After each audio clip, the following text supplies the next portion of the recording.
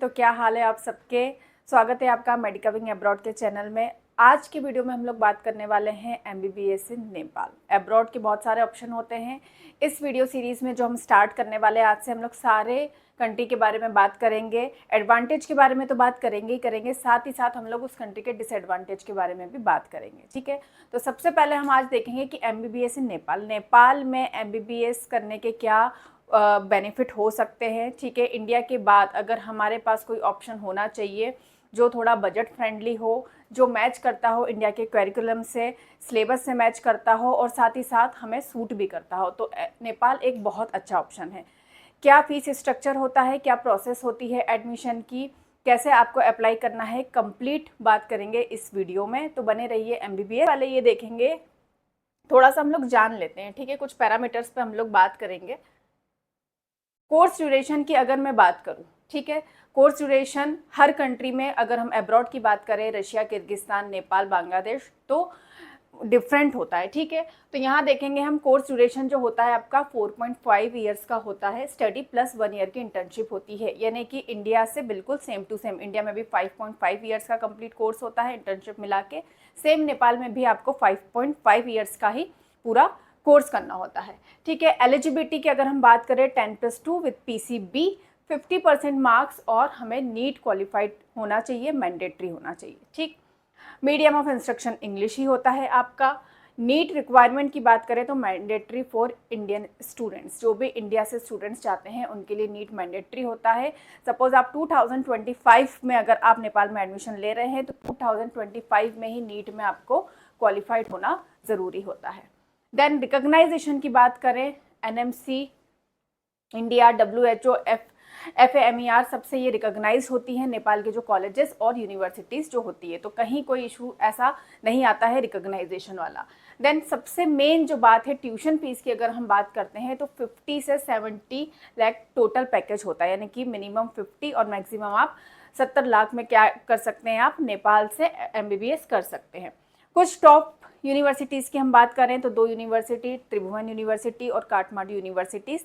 आगे की नेक्स्ट जो अपकमिंग वीडियोस होंगे उसमें हम लोग कॉलेजेस की भी बात करेंगे कि त्रिभुवन यूनिवर्सिटी क्यों चूज़ करनी चाहिए, काठमांडू क्यों चूज़ करनी चाहिए, कौन सा कॉलेज बेटर होगा। अपकमिंग वीडियो में ये भी आपको सारी इन्फॉर्मेशन कंप्लीट दी जाएगी। Intake time August to October once a year, जो नेपाल में इनटेक जो टाइम होता है वो एक ही बार होता है। अगस्त से अक्टूबर के बीच में आपका एडमिशन प्रोसेस स्टार्ट हो जाती है।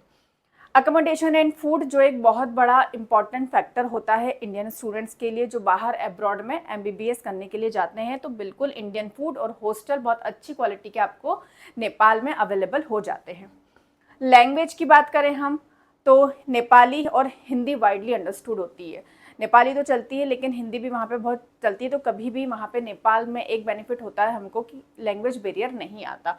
Visa requirement, no visa requirement for Indian student. Indian students को नेपाल में अगर एमबीबीएस करना है या नेपाल जाना है तो वहाँ पे आपको वीज़ा रिक्वायरमेंट नहीं होती है।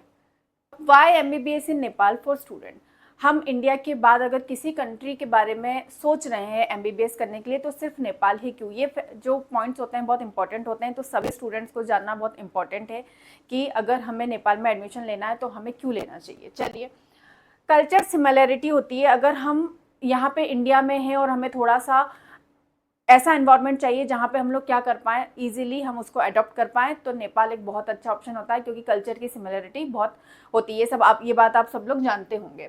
Language accessibility, no language barrier होता है। इंग्लिश, हिंदी और नेपाली बहुत ईजीली समझी जाती है, तो लैंग्वेज का बैरियर जो स्टूडेंट्स को अदर कंट्रीज़ में फेस करना होता है वो यहाँ पे फेस नहीं करना पड़ता। Admission criteria, NEET qualification is enough होती है एडमिशन के लिए। अफोर्डेबिलिटी की बात करें, affordable fees compare to Indian private medical college. Obvious सी बात है कि जिन बच्चों के मार्क्स कम आते हैं या उनको इंडिया में एडमिशन नहीं मिल पाता, या तो मार्क्स की वजह से या फीस हाई होने की वजह से, तो नेपाल में उनको अफोर्डेबल फीस भी मिलती है, साथ ही साथ कम मार्क्स में भी वहाँ पे एडमिशन उनका हो जाता है। No donation required is reputed institution, वहाँ पे किसी भी कॉलेज में डोनेशन की प्रॉब्लम नहीं आती है, कोई डोनेशन नेपाल में नहीं चलता है। करिकुलम सिमिलरिटी, सबसे इम्पॉर्टेंट बात, जो नेपाल में का जो सिलेबस होता है, जो करिकुलम होता है, वो इंडिया से 95% क्या करता है, मैच करता है, इसलिए कोई प्रॉब्लम स्टूडेंट्स को आफ्टर MBBS नहीं फेस करनी पड़ती है। वीज़ा रिक्वायरमेंट मैंने आपको बताया कि ज़रूरत नहीं है। फूड एंड अकोमोडेशन का भी मैंने आपको बताया, इंडियन फूड और सेपरेट हॉस्टल्स वहाँ पे अवेलेबल हो जाते हैं। क्लिनिकल एक्सपोजर की बात करें, गुड क्लिनिकल एक्सपोजर मिलेगा in hospital with high patient inflow. बहुत सारे ऐसे कॉलेजेस हैं जहाँ पे आपको हाई पेशेंट फ्लो देखने को मिलता है, तो आपको बहुत अच्छा प्रैक्टिकल वहाँ पे नॉलेज भी मिलता है, साथ ही साथ आपको क्लिनिकल एक्सपोजर भी मिलता है। ट्रैवल इजी और इनएक्सपेंसिव ट्रैवल है इंडिया से।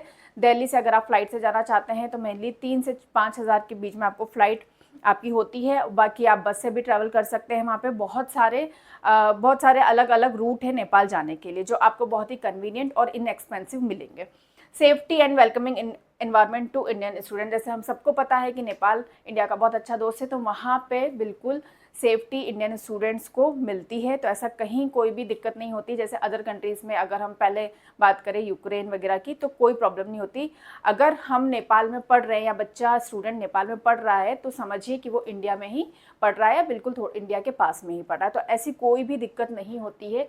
इसीलिए नेपाल एक बहुत अच्छा ऑप्शन होता है MBBS स्टूडेंट्स के लिए। चलिए अब हम ड्यूरेशन की बात करते हैं। तो the total duration of the MBBS course in Nepal is 5.5। ठीक है, सिमिलर एग्जैक्ट सेम होता है इंडिया से, जिसमें इंक्लूड होता है 4.5 years of academic study, pre clinical, para clinical and clinical subject. 4.5 years आपको पूरा अकेडमिक स्टडी होती है। Then 1 year mandatory internship can be done in Nepal और India if allowed by NMC। ठीक है, 1 ईयर की क्या होती है आपकी इंटर्नशिप, बहुत मैंडेटरी होती है, जो डन होती है नेपाल में और इंडिया में, अगर NMC उसको अलाउड करती है। तो 5.5 ईयर्स अगर आप इंडिया में कर रहे हैं प्राइवेट कॉलेज या गवर्नमेंट कॉलेज से, तो इंडिया में भी आपको 5.5 ईयर्स लगेंगे। सेम नेपाल में भी आपको इतना ही ड्यूरेशन होता है। नेक्स्ट एलिजिबिलिटी की बात करते हैं हम, जो बहुत ही इंपॉर्टेंट फैक्टर होता है। Eligibility for MBBS in Nepal, education qualification 10+2 और equivalent, must have pass with physics, chemistry and biology. ठीक है, आपको ये बायोलॉजी में आपको 12th आपकी होना ज़रूरी होती है, 10+2। मिनिमम मार्क्स की अगर हम बात करें, must have scored at least 50% in physics, aggregate and English as a compulsory subject. ठीक है, तो एटलीस्ट 50% आपके PCB में आपके एग्रीगेट होना चाहिए और इंग्लिश क्या होनी चाहिए आपकी, एक कंपलसरी सब्जेक्ट आपका होना चाहिए। देन बात करें हम नीट क्वालिफिकेशन की, NEET UG is mandatory for Indian student as per NMC guideline, valid for admission and FMG next letter. ठीक है, नीट UG बहुत ज़्यादा मैंडेटरी होता है। अगर आप 2025 में एडमिशन ले रहे हैं तो आपको 2025 में ही नीट क्वालिफाइड होना ज़रूरी होता है। बहुत सारे स्टूडेंट का क्वेश्चन होता है 2024 का हम लोगों ने एग्जाम दिया था, तो क्या हम एलिजिबल होंगे, तो नहीं, नेपाल सेम ईयर का ही उस नीट क्वालिफाइड को अलाउ करता है। ठीक है, तो 23 या 24 में वो अलाउ नहीं करता बैक डेट का या बैक ईयर का। तो नीट हमारे लिए, नीट क्वालिफिकेशन मैंडेटरी होती है। NEET score validity must be valid in the same year of admission. ठीक, एज लिमिट की बात करें, minimum age should be 17 year as of 31 December of the admission year. ठीक है, आपकी 17 ईयर्स आपके होने चाहिए, मैंडेटरी होने चाहिए। Upper age limit, no upper age limit, but NEET eligibility rule से अप्लाई, जो नीट में एलिजिबिलिटी रूल से अप्लाई होता है आपका, वही नेपाल में भी अप्लाई होता है। नेशनलिटी इंडियन, प्रूफ आपके पास होना चाहिए, पासपोर्ट होना चाहिए, आधार या सिटीजनशिप सर्टिफिकेट होना चाहिए। वीज़ा रिक्वायरमेंट यहाँ पे नहीं होती है। Medical fitness, the student should be medical fit as per college university. ये उनकी कॉलेज, वैसे तो मेडिकल सर्टिफिकेट नहीं लगता है, लेकिन कुछ अगर कॉलेजेस अगर मांगते हैं, वो कॉलेज पर डिपेंड करता है, तो ज़रूर ये नेसेसरी होता है। अब बात करेंगे MBBS intake in Nepal for Indian student, क्या प्रोसेस होती है, लाइन बाय लाइन इसको समझेंगे कि कैसे इनटेक होता है। Main intake month, admission process, timeline की अगर हम बात करें तो आपका एग्जाम होता है नीट का, इस बार आपका 4 मई को एग्जाम है। देन जून जुलाई में आपका नीट का रिजल्ट डिक्लेयर होता है। देन जुलाई से अगस्त एप्लीकेशन टू नेपाल बिगिन। जो मैंने आपको बताया कि जो MSc का जो रजिस्ट्रेशन होता है वो मैंडेटरी होता है, तो पहले आपको एप्लीकेशन देनी होती है जुलाई अगस्त में, उसको फिल करना, MSc के फॉर्म को फिल करना ज़रूरी होता है। ठीक, फिर अगर जो MSc का एग्ज़ाम देना चाहते हैं, नेपाल में जो एग्ज़ाम होता है, तो ये आपका एग्ज़ाम होता है एंट्रेंस एग्ज़ाम। अगर आप एप्लीकेबल, अगर आप चाहते हैं, तो ये होता है अगस्त से सितंबर के बीच में। ठीक, देन उसके बाद आपकी काउंसलिंग होती है नवंबर दिसंबर में। आपका काउंसलिंग के बाद ही आपका सेशन स्टार्ट हो जाता है, एडमिशन और क्लासेस स्टार्ट हो जाती है। नंबर ऑफ इनटेक्स की बात करें तो एक बार ही नेपाल में एक बार ही अलाउ करता है इंडियन स्टूडेंट को। इम्पोर्टेंट नोट अगर हम बात करें तो MSc का जो रजिस्ट्रेशन है वो बहुत ज़्यादा मैंडेटरी होता है, बिल्कुल भी स्किप नहीं होना चाहिए।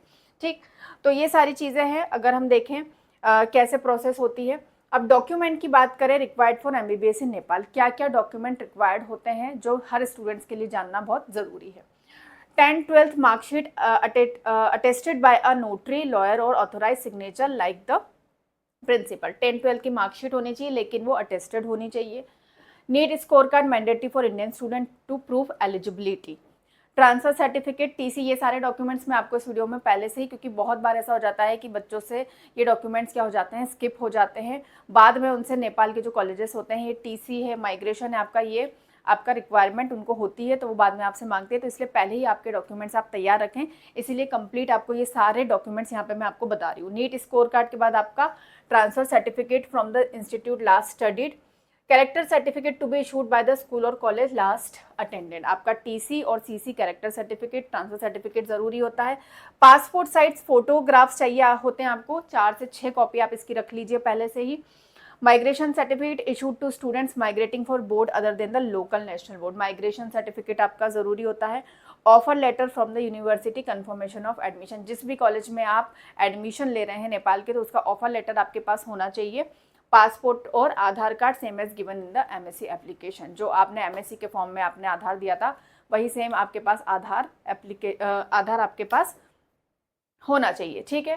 तो ये सारे डॉक्यूमेंट आपको रिक्वायर्ड होते हैं, इसके अलावा कोई ऐसा डॉक्यूमेंट नहीं रहेगा जो एक्स्ट्रा आपको रिक्वायरमेंट रहेगा। तो ये सारे डॉक्यूमेंट अगर आप एमबीबीएस करने वाले हैं नेपाल से तो बिल्कुल इनको आप तैयार रखिए। ऑर्गेनाइजेशन की बात करें हम मेडिकल यूनिवर्सिटी की, तो अप्रूव्ड है ये, एनएमसी से अप्रूव्ड है आपका medical college approval. Many medical college in Nepal are approved by Indian National Medical Commission, NMC से ये अप्रूव्ड हैं। एफएमजी नेक्स्ट एलिजिबिलिटी भी यहाँ पे है। This means Indian student can return to India and give FMG और next to become a doctor. Nepal से 5.5 साल बाद एमबीबीएस करने के बाद वो स्टूडेंट्स एप्लीकेबल होते हैं नेक्स्ट का और एफएमजी का एग्जामिनेशन देने के लिए। Who listing these colleges are in the World Health Organization list, so the MBBS degree is accepted worldwide। तो ऐसा कहीं भी नहीं है जो स्टूडेंट के माइंड में होता है कि हमें लाइसेंस नहीं मिलेगा। बहुत सारे स्टूडेंट्स को लाइसेंस का इशू भी ये डाउट होता है, तो नहीं, ऐसा बिल्कुल भी नहीं है। आपका WHO लिस्टेड है ये, तो डिग्री आपकी एक्सेप्टेड होती है वर्ल्ड वाइड। FAMER रिकॉग्नाइजेशन भी है यहाँ पे, body to help student who want to study और वर्क इन अदर कंट्री, तो ये बिल्कुल उनको हेल्प करता है अगर वो किसी और कंट्री में भी जॉब करना चाहते हैं, प्रैक्टिस करना चाहते हैं, ठीक है। तो नेपाल से एमबीबीएस एडमिशन आपका बिल्कुल सेफ है, कहीं कोई दिक्कत नहीं होती। सबसे अच्छी बात ये होती है इसमें कि नेपाल का जो क्लाइमेटिक और जो वेदर होता है वो एडॉप्टेबल होता है, सेम इंडिया जैसा होता है। तो वहाँ नेपाल की डिजीज़ और इंडिया की जो डिजीज़ होती है वो सेम होती है।